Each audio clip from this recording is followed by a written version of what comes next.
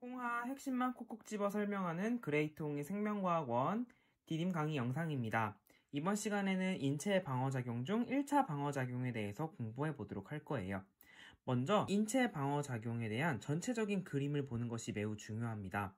1차 방어작용과 2차 방어작용으로 구분할 수 있는데요. 1차 방어작용은 비특이적 방어작용이라고 합니다. 세균이든 바이러스든 균류든 가리지 않고 방어하는 작용입니다. 이 방어작용은 태어날 때부터 가지게 되는 선천성 면역입니다. 그리고 병원체에 대해서 먼저 신속하게 반응하는 특징을 가지고 있습니다. 반면에 2차 방어작용은요, 특이적 방어작용입니다. 특정 병원체 종류를 인식하여 제거하는데, 그러므로 병원체 감염 후에 병원체에 따라서 나타나는 후천성 면역이라고 할 수 있고요.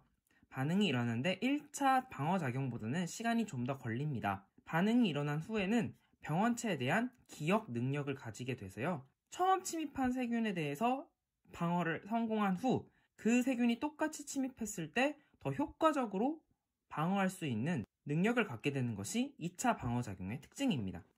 1차 방어작용의 종류는 외부 방어와 내부 방어로 나뉘는데요. 외부 방어는 말 그대로 병원체가 우리 몸 안으로 침입하지 못하게 하는 물리적 장벽인 피부, 그리고 땀, 눈물, 침, 위액 등의 분비물을 세균이 씻겨나가거나 증식하지 못하게 하고요.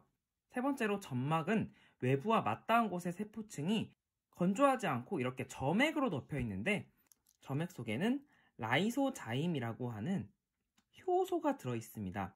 이 효소의 역할은 세균의 몸을 구성하는 세포벽을 분해해서 세균의 증식을 억제하는 효소입니다. 이런 점액으로 덮여 있는 곳은 입, 항문을 포함한 소화관, 요도 등이 여기에 해당됩니다.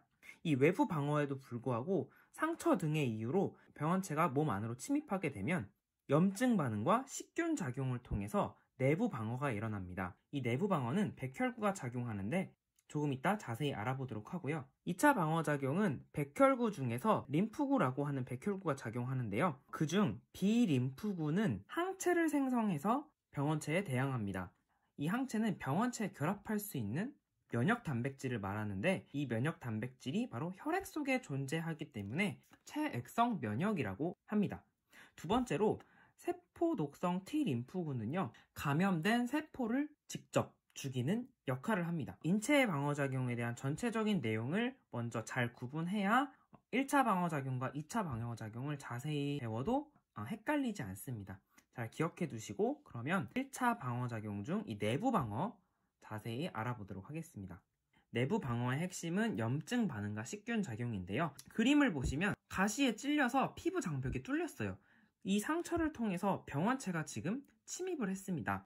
적군이 침입했을 때 경계병이 가장 먼저 그 소식을 알리잖아요. 경계병 역할을 하는 백혈구가 바로 비만세포입니다. 이 비만세포는 손상된 조직으로 병원체가 침입을 하게 되면 특별한 물질을 분비하는데, 그 물질이 바로 히스타민이라는 물질입니다. 이 히스타민이 그럼 하는 역할은 무엇이냐면 모세혈관을 확장시키고, 그리고 혈관벽의 투과성을 증가시킵니다. 이 두 가지 역할로서 좁았던 혈관이 확장되면서 더 많은 혈액이 흐를 수 있게 되고, 혈관벽을 잘 통과할 수 있게 되면서 혈관 속에 있는 백혈구들이 잘 빠져나와 상처 부위로 몰려들게 됩니다.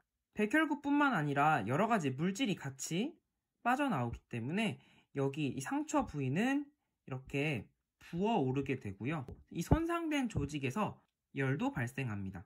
이 부어오름과 열은 병원체의 증식을 억제하는 역할을 하고요. 상처 부위에 모인 백혈구가 식균 작용을 합니다. 먹을 식, 균을 잡아먹는 역할을 하죠. 이것을 다른 말로 식세포 작용이라고 하기도 하는데, 식균 작용을 아주 잘하는 대표적인 세포가 바로 대식세포라는 백혈구입니다. 식균 작용을 하는 백혈구들의 활약상을 잠깐 보고 오겠습니다.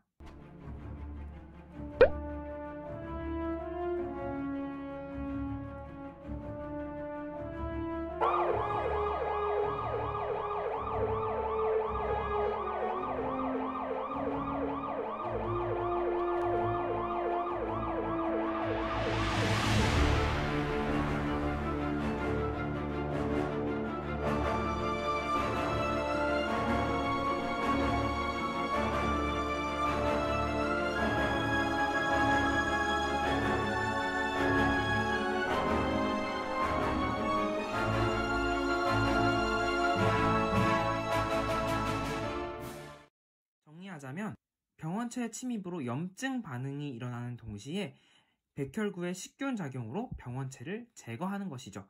이로써 대부분의 병원체는 병을 일으키지 않고 제거될 수 있는데 이 1차 방어작용으로 부족할 수가 있으니까 우리 몸은 2차 방어작용까지 동시에 준비합니다. 이렇게 여러분이 알아두시면 되겠습니다. 다음 시간은 2차 방어작용에 대해서 공부하도록 하겠습니다. 구독과 알림 설정 그리고 복습까지 챙기세요. 지금까지 그레이트 홍쌤이었습니다. 홍빠!